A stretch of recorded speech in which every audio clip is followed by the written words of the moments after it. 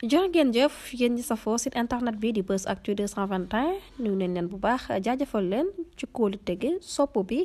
ak topp bi nga xamante ne rek yi nag ñu koy topp bu leen fàttee abonné di bës cloche de notification yi ngir mën a am yeneen i info jaajëfal nañu leen bu baax ci ànd bi ak topp bi nga xamante ne rek yi nag ñu koy topp ci site internet bi di Buzz Actu 221 li gën a fës ci bopp xabaar yi nag dañu koy do rek loi amnistie bi nga xamante ne rek kii di Macky Sall nag moom moo ko fi voté woon laata rek muy jógee ko ci bopp nguur gi ki nga xamante ne rek moo fi nekkoon ancien ministre di Soxna Aminata Touré daal dina yëkkati kàddu ne nag bu fekkee ne rek kii di Macky Sall moom ci jëmmi boppam rek moo nekk responsable kon nag na daal di rek fay li nga xamante ne moom mooy bor bi moom nag la mu daal di gis moo di ne lii di loi amnistie bi nga xamante ne rek voté nañ ko fi nag dañ ko war a dàq ndax nag jot na rek yoon daal di def liggéeyam ci anam bi nga xamante ne rek la ndaw ci bëri ñàkkee seen bakkan ñi jëlee ci ay gaañu yu métti ñi nag ñu tëj leen ci anam boo xamante ne rek jaar du yoon ne daal jot na rek ñu daal di teg loxo ñëpp koo xamante ne rek laalee nga ci même bu fekkee ne sax Macky Sall bokk na ci ñi nga xamante ne rek ñoom ñoo laalee ci mbir mi nag faw rek moom tamit mu wuyu ji rek yoonu faw rek mu daal di dem wuyu ji yoon mbir mu nu mel nag la daal di gis di kaddu kii di Soxna Aminata Touré la mu daal di xam ne nag ne ne sénégalais yi ci seen jëmmi bopp nag am nañ droit xam rek jeunes yi nga xamante ne ñàkk nañ seen bakkan ci manifestation yi naka la ñu ñàkkee seen bakkan ñi ci jëlee gaañu tamit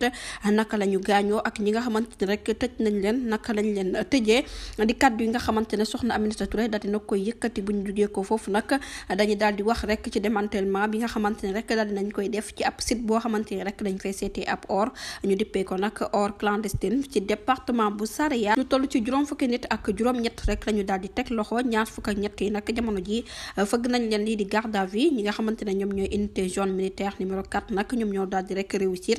ci boobu lee mbir ginnaaw rek bu ñu démantelé nag fi nga xamante ne rek moom mooy ci site d'orpaillage bi nga xamante ne rek dañ fay seet lii di ab or de façon clandestine maanaam daal dañuy sàcc or bi nag niki dimanche yemoo ko ñaar fukki fan ak ñett ci weeru juin ci atum 2024 foofu ca département bu Saraya bu ñu sukkandikoo rek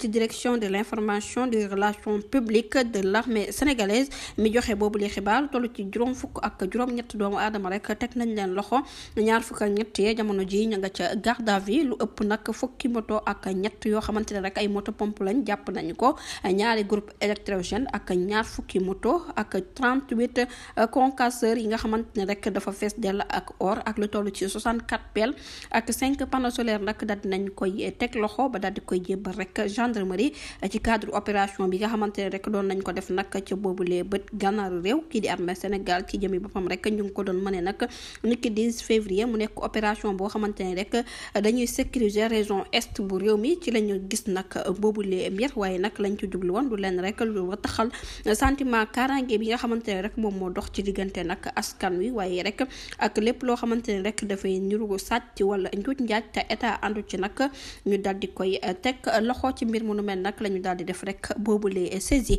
jërë ngeen jëf ci ànd bi bu leen fàttee abonné bés cloche de notification yi ngir dara bañ leen raw